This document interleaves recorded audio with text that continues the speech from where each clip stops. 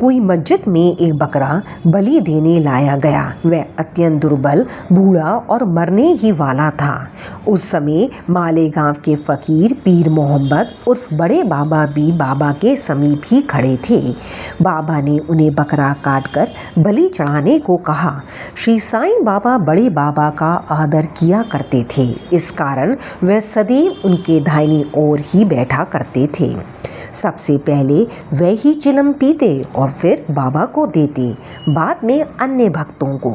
जब दोपहर को भोजन परोस दिया जाता तब बाबा बड़े बाबा को आदरपूर्वक बुलाकर अपने दाहिनी ओर बिठाते और तब सब भोजन करते। बाबा के पास जो दक्षिणा एकत्रित होती उसमें से वे 50 रुपये प्रतिदिन बड़े बाबा को दे दिया करते थे। जब वे लौटते तो बाबा भी उनके साथ 100 कदम तक जाया करते थे। उनका इतना आदर होते हुए भी जब बाबा ने उनसे बकरा काटने को कहा तो उन्होंने अस्वीकार कर स्पष्ट शब्दों में कह दिया कि बलि चढ़ाना व्यर्थ ही है। तब बाबा ने श्यामा से बकरे की बलि के लिए कहा। वे राधा कृष्ण माई के घर जाकर एक चाकू ले आए और उसे बाबा के सामने रख दिया। राधा कृष्ण माई को जब कारण का पता चला तो उन्होंने चाकू वापस मंगवा लिया। अब श्यामा दूसरा चाकू लाने के लिए गए, किंतु बड़ी देर तक मस्जिद में ना लौटे। तब काका साहेब दीक्षित की बारी आई।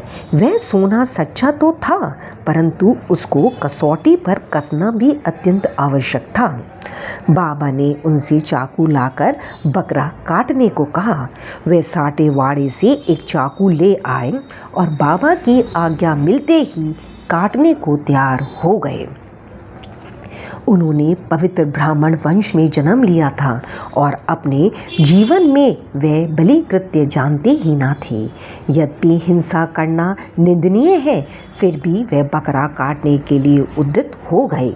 सब लोगों को आश्चर्य था कि बड़े बाबा एक यवन होते हुए भी बकरा काटने को सहमत नहीं है और यह एक सनातन ब्राह्मण बकरे की बलि देने की तैयारी कर रहा है।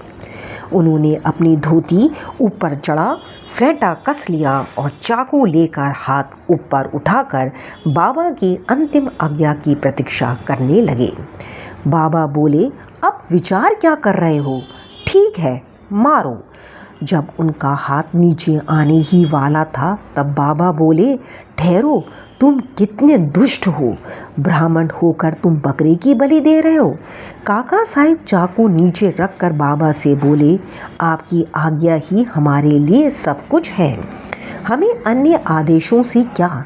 हम तो केवल आपका ही सदैव स्मरण तथा ध्यान करते हैं और दिन रात आपकी आज्ञा का ही पालन किया करते हैं। हमें ये विचार करने की आवश्यकता नहीं कि बकरे को मारना उचित है या अनुचित। हम इसका कारण ही जानना चाहते हैं। हमारा कर्तव्य और धर्म तो निसंकोच होकर गुरु की आज्ञा का पूर्णतः पालन करने में है। तब बाबा ने काका साहिब से कहा कि मैं स्वयं ही बलि चढ़ाने का कार्य करूँगा।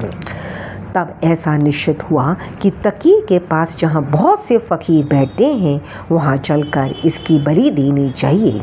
जब बकरा वहाँ ले जाया जा रहा था तभी रास्ते में गिरकर वह मर गया।